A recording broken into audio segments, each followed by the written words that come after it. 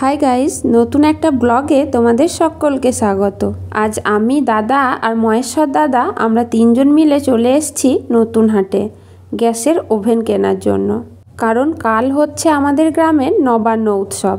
আমার গ্রামের বন্ধুরা সকলেই জানো নবান্ন মানে কি। গ্রামের নবান্ন মানে হচ্ছে ছোটোখাটো একটা ভোজ।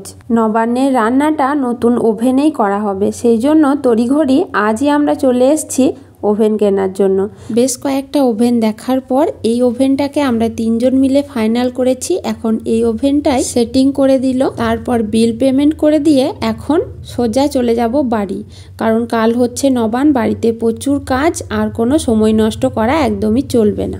এই যে দেখো, বাড়িতে এসেই দেখছি পুকুর থেকে মাছ ধরে নিয়ে চলে এসছে বাবা কালকের নবান্নের জন্য। এই মাছটা যদিও আমাদের নয়, এটা হচ্ছে কাটোয়া থেকে দাদা বৌদি এসছে, ওরা মাছ নিয়ে যাবে।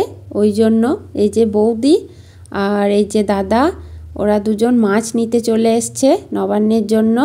এদিকে আমাদের মাছও চলে এসছে। আমি আর মা বসে পড়েছি মাছ কাটতে। আমি মাছের আঁশগুলো ছাড়িয়ে দিচ্ছিলাম আর মা এদিকে কেটে নিচ্ছিল।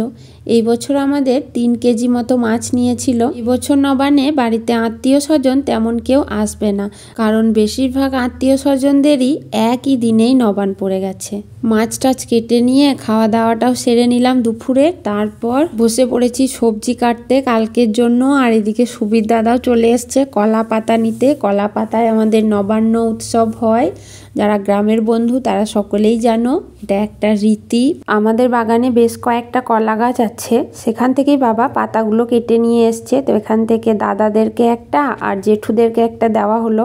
আর আমাদের পাতাগুলো বাবা সাইজ করে কেটে নিচ্ছিল, আর আমি এদিকে সবজিগুলো সব কেটে নিচ্ছিলাম একে একে। এই নবান্নের সময় একে অপরকে দেওয়ার প্রথাটা খুব ভালোই এখনো পর্যন্ত চালু আছে আমাদের। যাদের যা আছে তারা কিন্তু সবগুলোই একে অপরকে দিয়ে থাকে, সেটা যে কোনো সবজি অথবা ফলমূল বা দুধও হতে পারে।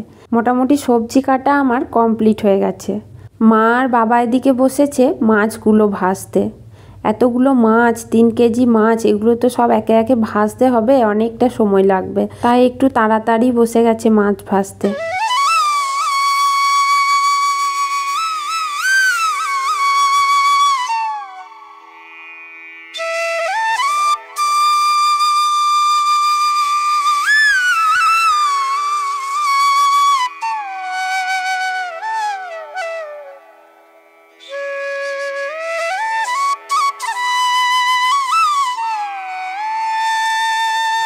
মাছ ভাজার পর সন্ধেও হয়ে গেছিলো। তারপর সন্ধে টন্ধে দিয়ে একটু চাটা খেয়ে মা এখন বসেছে ভাজা গুঁড়ো মশলা করতে। জিরে, ধনে, মৌরি, 5 ফোড়ন এগুলোকে সব শুকনো খোলায় ভেজে নিয়ে শিলে এখন এগুলোকে গুঁড়ো করা হচ্ছে। এগুলো কাল নবান্নে রান্নার কাজে ব্যবহার হবে। প্রথমেই বলেছিলাম তোমাদের, নবান্ন মানেই হচ্ছে ছোটোখাটো একটা ভোজ।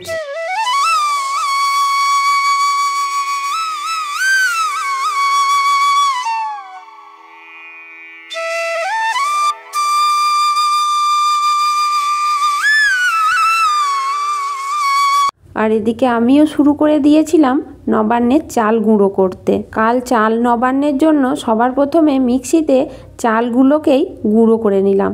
তারপর একে একে জিরে, আদা, লঙ্কা, মাসকলাই একে একে সমস্তগুলোকে মিক্সিতে পেস্ট করে রেখে দেব।